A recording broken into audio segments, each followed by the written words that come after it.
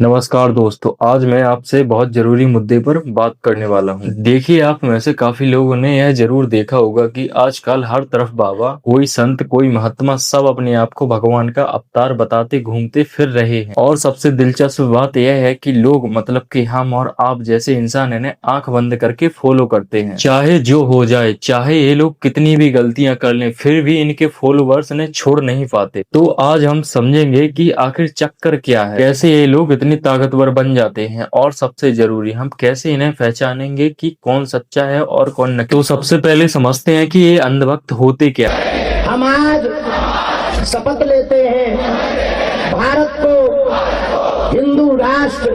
देखो दोस्तों, भक्ति करना गलत बात नहीं है। ईश्वर में विश्वास रखना, मंदिर जाना, पूजा पाठ करना, यह सब बिल्कुल ठीक है। लेकिन आप किसी इंसान को भगवान मानकर उसकी हर एक गलती को माफ करते जाते हो और तुम उस इंसान की बुराइयों पर बोलते नहीं हो, तब वह बन जाती है अंधभक्ति। अब मैं आपको एक उदाहरण देता हूँ, आसाराम बापू का मामला। जब इनके खिलाफ अदालत में मुकदमा चला तो सबूत थे, गवाह थे और पीड़ित महिलाएं थी, लेकिन फिर भी हजारों लोग बाहर खड़े होकर इनके समर्थ में नारे लगा रहे थे। आसाराम बापू उनको भी मिले नहीं है, पर वीडियो पर ही देखा है। क्या कहेंगे उनके बारे में? भगवान की सब अपनी जगह सब ठीक है। तो पता है कितने गंभीर आरोप है उनके ऊपर? बिल्कुल आरोप।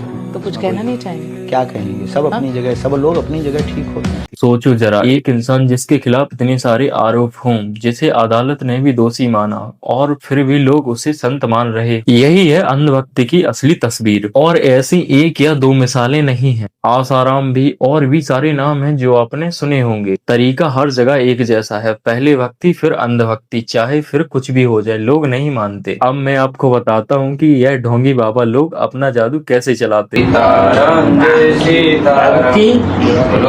भागवत कथा करो, हमको सुनाया करो। नाम क्या है? आगे क्या? देखिए, यह लोग सबसे पहले आपकी भावनाओं के साथ खेलते हैं। आपकी प्रॉब्लम सुन के, बेटा मैं तुम्हारी तकलीफ समझ सकता हूँ, यह सुनकर लगता है कि कोई अपना मिल गया। फिर शुरू होता है भविष्य बताने का नाटक। तुम्हारी हाथ की रेखा कह रही है मेरे पास दिव्य दृष्टि है, मुझे भविष्य का सब कुछ दिखाई दे रहा है। अगर इन्हें सच में सब कुछ पता होता है तो यह अपनी खुद की परेशानियां हल क्यों नहीं कर लेते। जब इनके ऊपर कोई केस चलता है अदालत में तो फिर ये लोग क्यों बचते फिरते हैं केसों। माँ बीमार है, 3 साल से दर्द कैंसर नामक रोग बना हुआ, ओमवती को कृपा हो जाएगी, आशीर्वाद। ये अखंड ज्योति जलाएं, 50 ग्राम देसी गाय के गोमूत्र में 2 खड़ी हल्दी की गांठ पीस करके मिला करके रोगी को पिलाएं, लाभ 100% होगा। जब आप थोड़ा शक करने लगते हो तो कहते हैं कि अगर मेरी बात नहीं मानी तो तुम्हारे साथ बुरा होगा, शनि दोष लग जाएगा तुम्हारे ऊपर। यह सब लोग सुनकर डर जाते हैं। और फिर आता है असली मकसद, उस इंसान से पैसे कैसे निकाले। यह फिर तुम्हारे लिए गले में पहनने के लिए खास ताबीज निकालेंगे, या फिर कहेंगे कि कोई पूजा करा लो, या फिर कहेंगे कि मुझे कुछ पैसे दान में दे दो। मतलब दोस्तों, इसका एक ही है, तुम्हारी जेब से पैसा निकालना, वो भी किसी भी तरीके से हो। और सबसे खतरनाक बात, धीरे धीरे यह लोग आपके दिमाग पर नियंत्रण कर लेते हैं कि आप सोचना ही बंद कर देते हैं। अब मैं आपको कुछ बातें बताता हूँ जिससे आप पहचान सकते हो कि कौन असली है और कौन पाखंड। सच्चे संत कभी भी पैसों के पीछे नहीं भागते, उनका उद्देश्य सिर्फ ध्यान करना होता है, ना कि पैसा कमाना।